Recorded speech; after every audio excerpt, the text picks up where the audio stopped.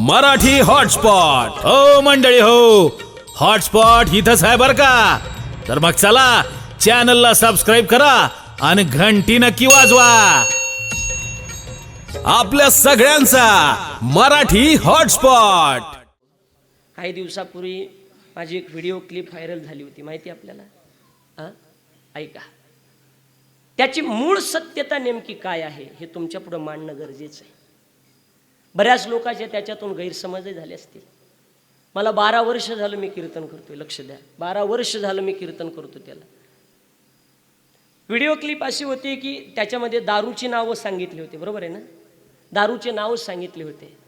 समाजामध्ये वारकरी संप्रदायामध्ये कोणताच असा कीर्तनकार नाही की तो समाजाला दारू प्या असा संदेश दिला. असं आहे का एखादा? नाही महाराज, एकही कीर्तनकार नाही. आम्ही तरी कशाला? पण आतापर्यंत मी 2.5 तास बोललो, काही विषय सोडून बोललो का? बोला ना. काही चुकीचं वाटलं का तुम्हाला? तुम्ही बोलत चाला, काहीच नाही.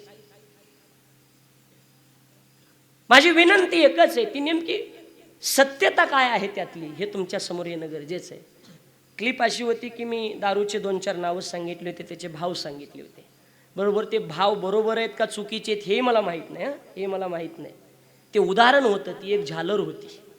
लक्ष द्या. दारूचे नाव सांगितले होते आणि त्याच्या पुढे एक मुद्दा असा होता की तुम्ही म्हणता तुला एवढे नाव कसं काय माहिती, बरोबर, एवढे भाव कसं काय माहिती, इथपर्यंत होतं.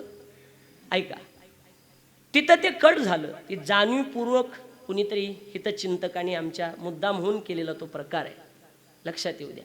तिथं ते कट झालं. कुठं कट झालं? तुला एवढे भाव कसं काय माहिती, तिथं कट झालं. पण त्याच्या पुढं जे मुद्दा होता तो ऐकून घ्या.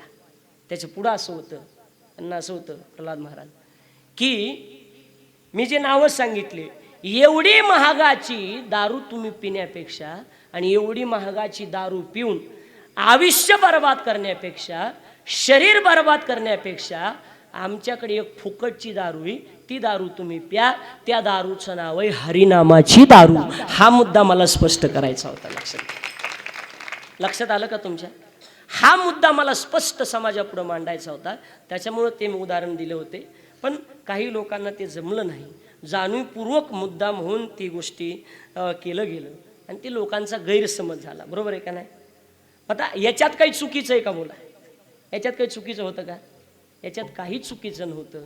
पण हा मुद्दा सांगण्यासाठी तितकं, आणि 2 मिनिटाचं कट करायचं म्हणलं होतं, चूक कुणाची निघू शकते ना, बरोबर आहे का नाही? चूक कुणाची निघू शकते महाराज. म्हणून माझं याच्यामध्ये काहीच नव्हतं, माझं चुकीचंही काही नव्हतं. मला मूळ मुद्दा मांडण्यासाठी मला हे मांडायचं होतं म्हणून. पण याचा सगळीकडं तो व्हायरल झाला. असो, ठेविले अनंत तैसेची राहावे आणि चित्ती असू द्यावे समाधान. मला असं वाटतं देव करतो ते बऱ्यासाठी, असंही म्हणायला हरकत नाही. ज्या ज्या ठिकाणी साठे महाराज माहीत नव्हते त्या माध्यमातून का होईना लोकांच्या माहीत तरी झाले, एवढं तरी चांगलं झालं, बाकी काही नाही. लक्षात आलं का बोलणं? समाजाला माहीत तरी झाले, म्हणजे तुम्हालाही कल्पना असावी म्हणून मी ते तुमच्यासमोर मांडलं. एवढंच माझं आहे, दुसरं माझं काहीच मत नाही.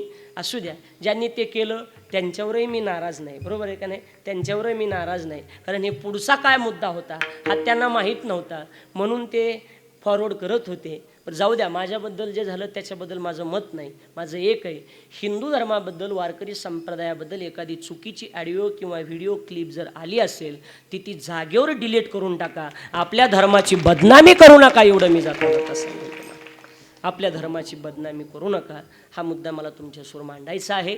झालेली कीर्तन सेवा प्रभूचरणी लाडूबाईच्या चरणी समर्पित करतो आणि आज या ठिकाणी माझ्या वाणीला पूर्णविराम देतो. पुन्हा एकदा परिसरातून आलेल्या सर्व मंडळीला मी मनोभावे वंदन करतो. अर्धा तास मी आपला जास्त घेतला त्याबद्दल मी आपली माफी मागतो आणि माझ्या वाणीला या ठिकाणी पूर्णविराम देतो. बोलिलो बोबडे माय बाप तुम्हा पुढे, पायाच्या प्रसादे काही बोलिलो विनोदे, मज क्षमा करणे संती नोही अंगभूत युक्ती, नोह्या उपदेश तुमचे बडबडिलो शेष, तुमच्या कृपेचे पोसणे जन्मोजन्मी तुका म्हणे. ज्ञानेश्वर माऊली जय विठ्ठल होईल. सूचना झाल्याशिवाय कुणी उठू नका. ज्ञानेश्वर माऊली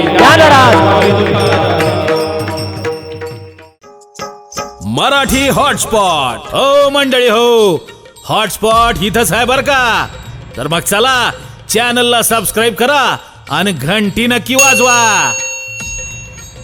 आपल्या सगळ्यांचा मराठी हॉटस्पॉट.